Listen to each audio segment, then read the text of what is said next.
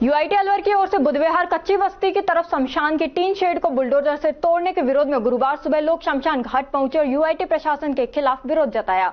इसके बाद कलेक्टर को ज्ञापन देने गए, ये चेताया कि इसी जगह शमशान को विकसित नहीं किया तो व्यापक आंदोलन किया जाएगा। स्थानीय लोगों ने बताया कि ये शमशान घाट करीब 150 साल पुराना है, बगल में सेना की जमीन भी है।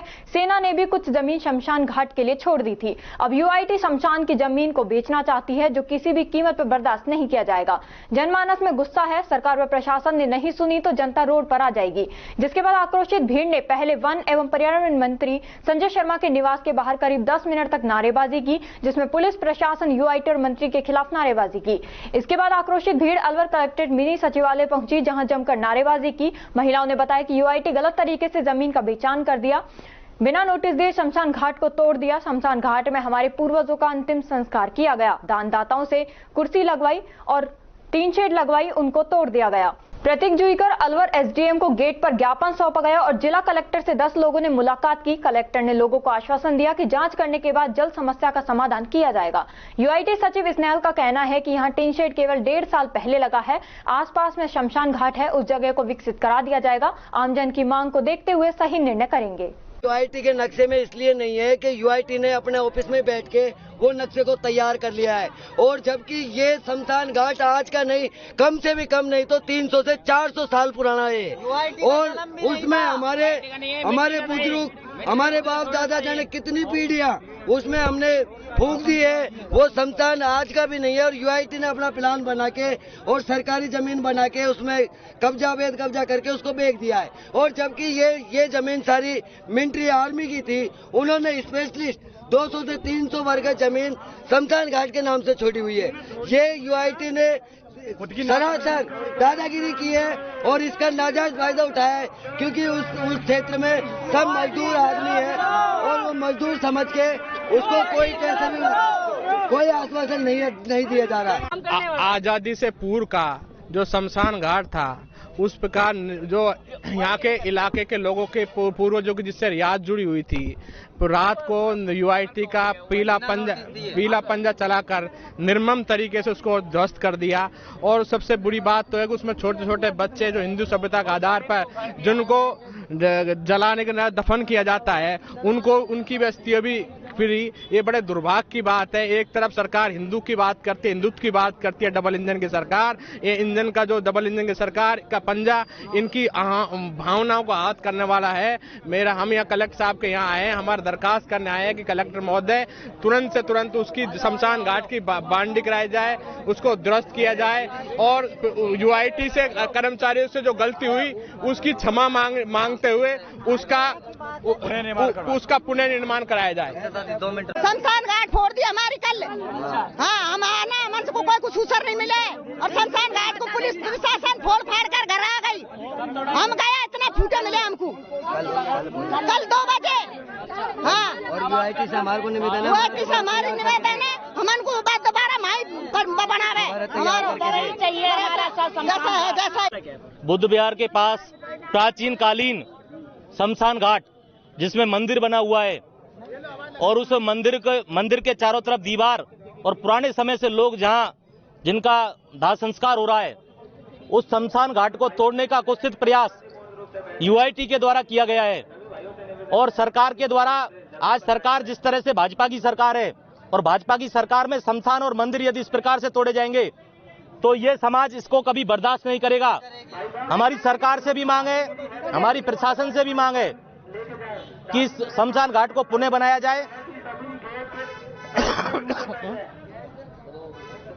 इस शमशान घाट को पुनः बनाया जाए और किसी प्रकार की कोई भी अगर इसमें कोताही बरती गई तो ये पूरा समाज मिलकर के आंदोलन करेगा, जिसकी समस्त जिम्मेदारी सरकार और प्रशासन की होगी। नेतृत्व की बात करने वाली बीजेपी सरकार और मंत्री भी है अलवर से ही हैं और फिर अलवर शहर में ही टूट रहा है। ये देखने की विडंबना है।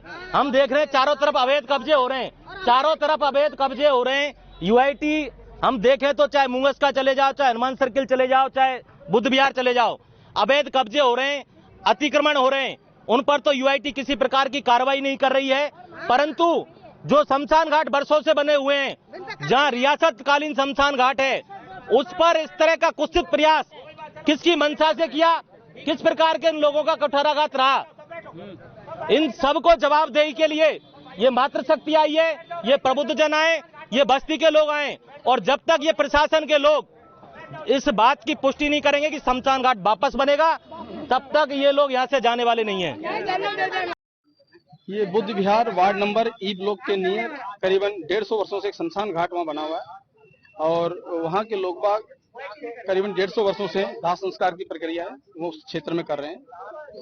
आज से करीबन 1.5 वर्ष पहले इन लोगों ने धरना दिया और उसके अंदर टीन शेड की परमिशन दी गई और वो टीन शेड इन लोगों ने अपनी मेहनत के पैसे से वो टीन शेड लगवाई। उसके बावजूद आज समय विपरीत है। तब जब लोग बाग ये राजनीतिक पार्टियां हिंदुओं की बात करती है तो जहां हिंदुओं को दफनाया जा रहा है, जलाया जा रहा है, तो जलाया जा रहा है, उन क्षेत्रों को भी ये नहीं बख्शे। मेरा मानना ये है कि आने वाले समय में ये मंदिर, मस्जिद और जितनी भी ये बिल्डिंगें अतिक्रमण पे हैं, सबको नंबर इनको लगा देना चाहिए।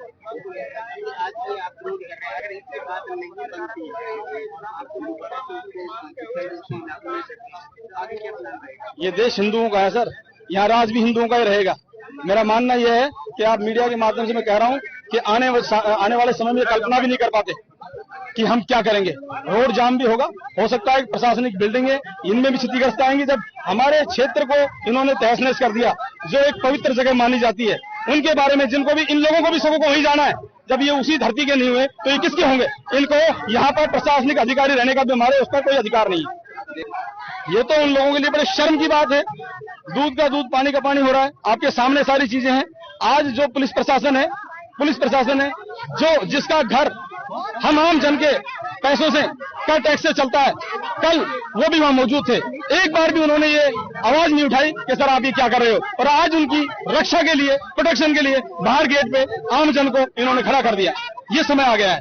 विधायक प्रदेश के मंत्री भी रहे हैं, ऐसी घटना देखने को मिली है, क्या इस पर क्या कहना चाहेंगे? शहर विधायक यहाँ नहीं है, पर लेकिन सारे मैसेज उनके पास जा रहे हैं। मेरा मानना है अगर वो एक फोन करें तो अधिकारियों की इतनी हिम्मत नहीं, क्योंकि जिस शहर के अंदर आज अधिकारी मौजूद हैं वो उनके फोन कॉल से और उन्हीं के वजह से ही यहाँ लगे हुए हैं। इन अधिकारियों में इतनी ताकत नहीं कि किसी नेता की बात को ये काट सके। दुर्गा।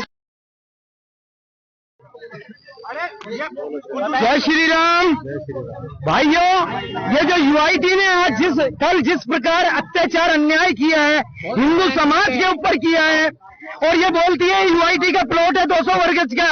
मैं इन यूआईटी के मालिकों से और इन अधिकारियों से पूछना चाहता हूँ कि ऐसे शहर के अंदर यूआईटी के कम से कम 20 से 50 प्लॉट पड़े हुए, जिन पर अनलीगल स्ट्रक्चर बने हुए हैं, जिनको शुद्ध भाषा में मजारी कहा जाता है, और वो प्लॉटों की कीमत आज कम से कम 50,000 वर्ग गज से है।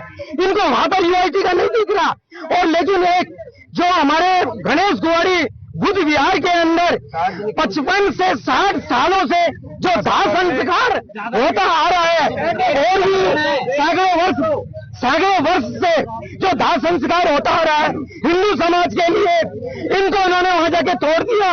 नंबर 2 जो बच्चे गड़े हुए थे, छोटे बच्चे, उनको भी इन्होंने शमशान जेसीबी से उखाड़ दिया। कुछ दानदाताओं ने 3 शेड लगा के और बैठने के लिए चेयरों की व्यवस्था की थी, इसको हटा दिया। मैं यूआईटी से पूछना चाहता हूँ कि सूर्यनगर के अंदर इतना बड़ा जो पार्किंग वो होता है, जो यूआईटी का इनका जो होता है पार्क, उसके अंदर अनलीगल स्ट्रक्चर, आप मोती डूंगरी के ऊपर देखो अनलीगल स्ट्रक्चर, ऐसे सैकड़ों अनलीगल स्ट्रक्चर है। और नंबर 2, हमारे वन मंत्री की सुन ले जहां पर भी है, जिंदौली की घाटी से वन विभाग की भूमि पर 200 लोगों ने अतिक्रमण किया हुआ है, उनको वो अतिक्रमण नहीं दिख रहा। आरटीओ ऑफिस के ऊपर 50 लोगों ने पहाड़ी को तोड़कर अनलीगल स्ट्रक्चर बनाकर और अवैध निर्माण कर रखा है, वो इनको नहीं दिख रहा। लेकिन एक गरीब हिंदू समाज क्या गरीब है, इसी के लिए ये लोग तोड़ते फोड़ते हैं।